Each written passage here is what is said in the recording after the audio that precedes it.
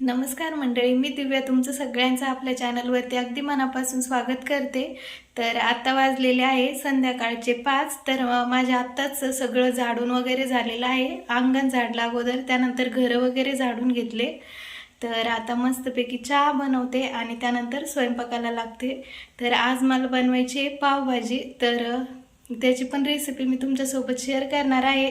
तर video skip न करता शेवटपर्यंत नक्की बघा. संध्याकाळचं वातावरण खूप छान झालेलं आहे बाहेर, तर ते सुद्धा मी तुम्हाला दाखवते एकदा.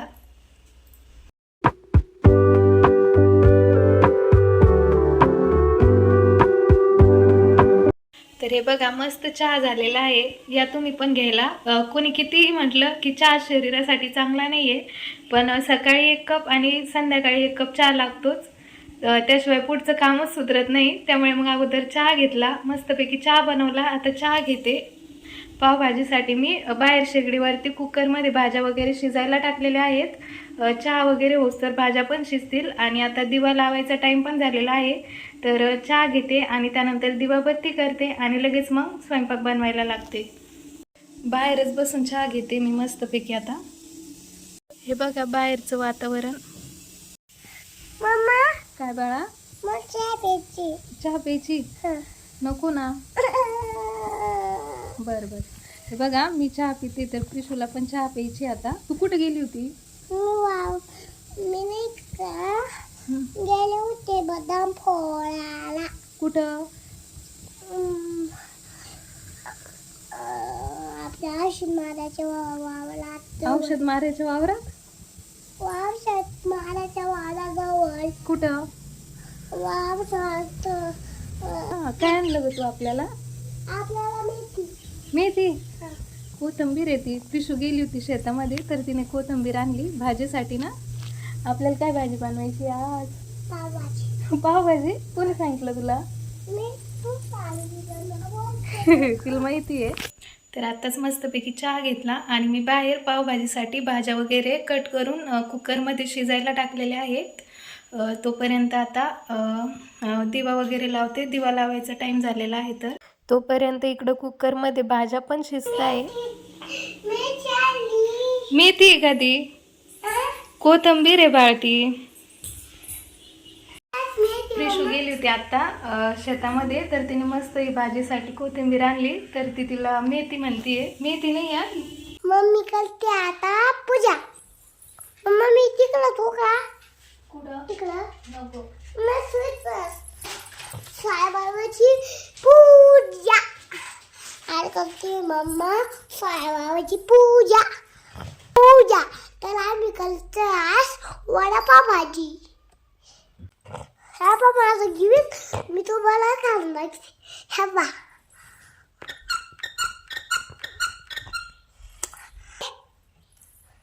हा बा.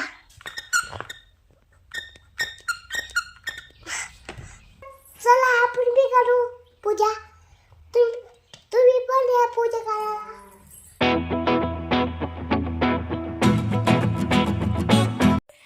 तर बघितलं का तुम्ही आमच्या प्रिशूचा व्हिडिओ? तर किती छान बोलते ती व्हिडिओमध्ये, हो ना? तुझं चॅनल द्यायचं खोलून. हां, व्हिडिओ बनवत असेल? कशाचे? काय काय बनवत असेल?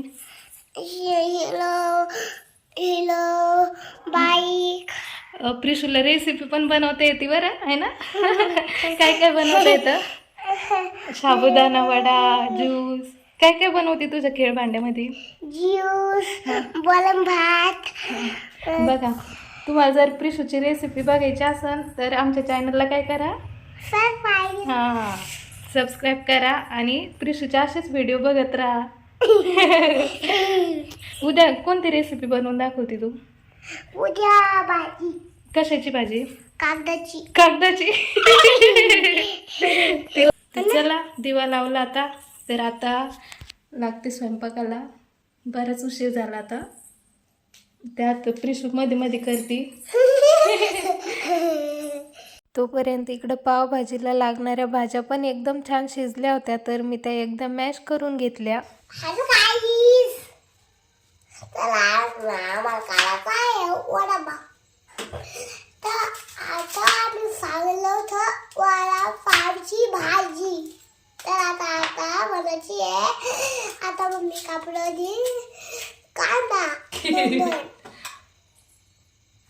मग ती भातेले आली तुझी आली तिथून वाबल्यातून कोथिंबीर कोथिंबीर मला तर लांब निकलता ये वडापाव पावभाजी बाळा, पावभाजी, वडापाव काय बनवत आहे वडापाव उद्या, तर लांब निकलतोय काय बनवतं पावभाजी. मला तिखट लागलं ग कांद्याचं काय कोणा डोळ्याला. मी पुसतो का अगं मी रडत नाहीये, कांद्याचं तिखट लागलं मला कांद्याचं तिखट लागलं. त्रिशूल वाटतंय मी रडते त्याच्यामुळे ती पण रडते बघा, तिच्या पण डोळ्यात पाणी आलं. थोडं प्रिशूला शांत केलं आणि त्यानंतर मग बाकीचा कांदा कट करायला घेतला. तर बघा ना, मुलीला किती काळजी असते आईची. आईच्या डोळ्यात पाणी आलं की लगेच तिच्याही किती मनाला लागलं. म्हणूनच म्हणतात की घरात एकतरी मुलगी पाहिजे, कारण आईची सावली असते मुलगी. कांदा कट करून झाल्यानंतर त्यानंतर मग मी मस्त हिरवीगार कोथिंबीरसुद्धा कट करून घेतली. कोथिंबीरमुळे पावभाजीला वेगळाच सुगंध येतो. त्यानंतर वाटाण्याच्या शेंगासुद्धा सोलून घेतल्या. सगळं फ्रेश घातलं ना की भाजीची टेस्ट वेगळीच येते. तर कांदा वगैरे सगळं कट करून झालेलं आहे माझं आणि मसाले पण काढून ठेवले मी. आता फक्त पावभाजी बनवायला सुरुवात करायची आहे. असं सगळं काढून ठेवलं का बनवायला सोपं पडतं, त्यामुळं मी हे सगळं अगोदर काढून ठेवलं आणि आता लगेच करायला सुरुवात करते.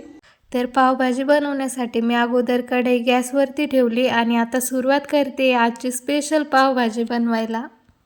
कढई चांगली गरम झाल्यानंतर त्यामध्ये मी भरपूर सारं तेल टाकलं. तेल टाकल्यानंतर मग त्यामध्ये जिरे मोहरी टाकली.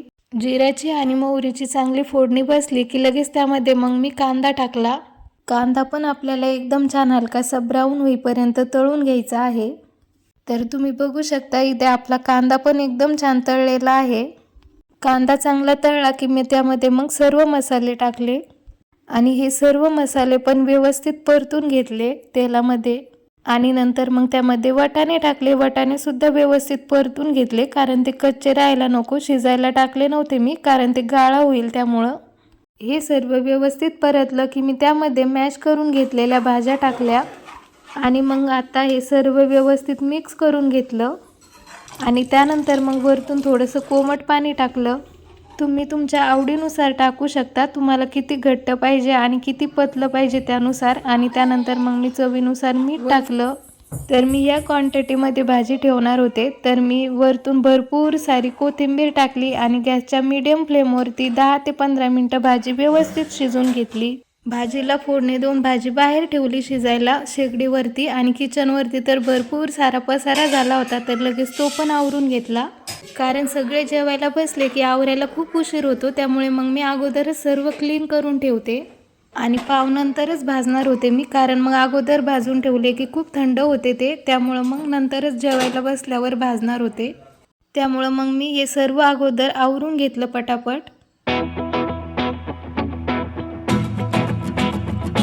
प्रिशूला भूक लागली होती, त्यामुळे मग मी तिच्यासाठी जेवायला ताट बनवलं. तिच्यासाठी मी पोळी बनवली होती, कारण नुसतं पावने तिचं पोट भरलं नसतं, त्यामुळं मग तिच्यासाठी पोळी बनवली होती. माझे भांडे घासायचे बाकी होते, त्यामुळे मग तिच्या आतूने तिला जेवू घातलं.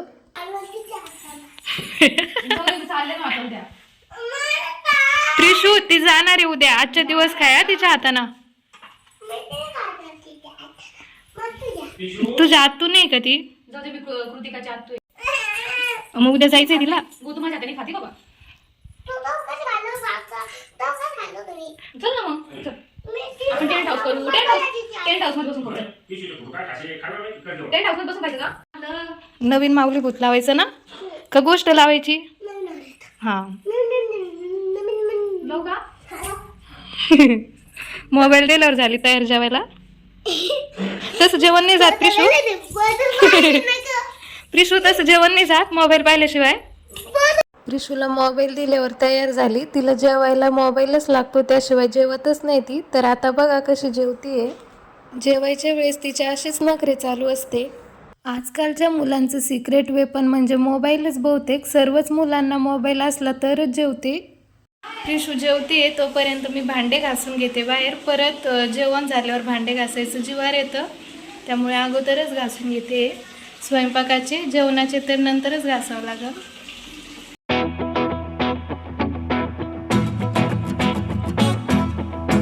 आता इथं मस्त भाजी तयार झालेली आहे. आता पाव भाजायचे आहे. तर चला पाव भाजून घेते लगेच.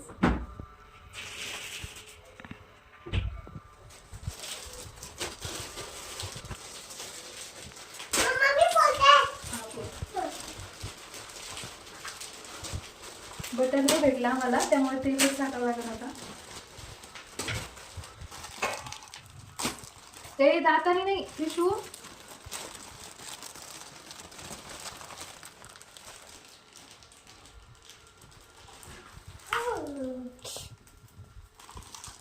पाव भाजण्यासाठी बटर भेटला नाही, त्यामुळे मग मी साधं तेलामध्येच पाव भाजून घेतले. असे पण छान लागतात बटरऐवजी तेल टाकून.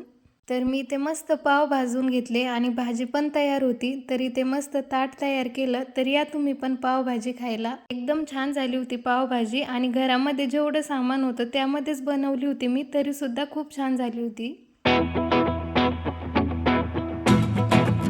तर आत्ताच आमचं जेवण वगैरे सगळं झालं, सगळं काम आवरलं. तर आता प्रिशूला झोपू घालायचे. तर झोपायच्या आधी ती दूध पिते, तर मी तिच्यासाठी आता दूध बनवते. कैचं दूध. मम्मा मी फ्रीजमध्ये काय पाहत्या.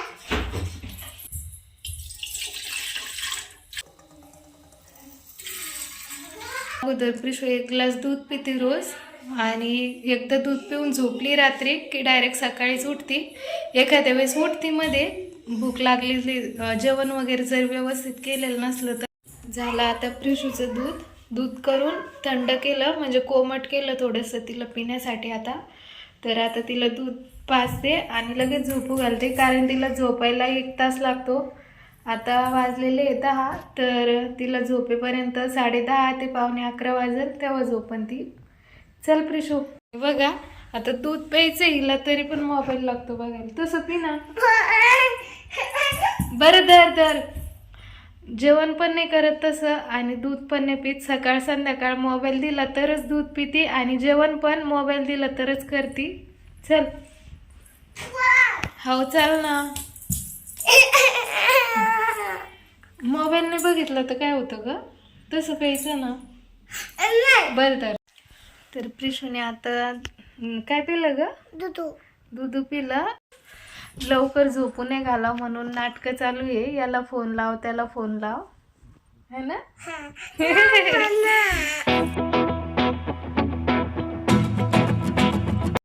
तर झोपली आत्ताच प्रिशू. तर 11 वाजलेले आहे आता.